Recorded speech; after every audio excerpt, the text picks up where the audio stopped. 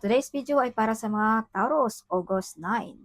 Taurus, maraming oportunidad today para sa inyo. So choose wisely sa mga offer na ito, Taurus. Taurus, may mga blessings na galing ng ating Panginoon para sa inyo. Umaapaw na blessings, umaapaw na kasiyahan para ngayong August 9. Taurus, may mga good news at good omen sa inyo. May freedom ka rin magawa lahat ng gusto mo, Taurus. Walang sino mang makahadlang. Taurus, you are victorious. Kung ano ang iyong mga pinaglalaban, you win. Taurus. Yes, at may mga desisyon ka rin dito, Taurus, na tama na magawa mo.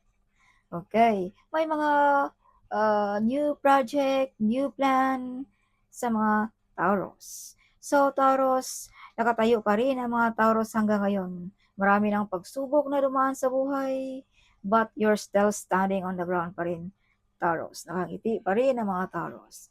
Taurus, may mga wish fulfillment na magaganap sa inyo today.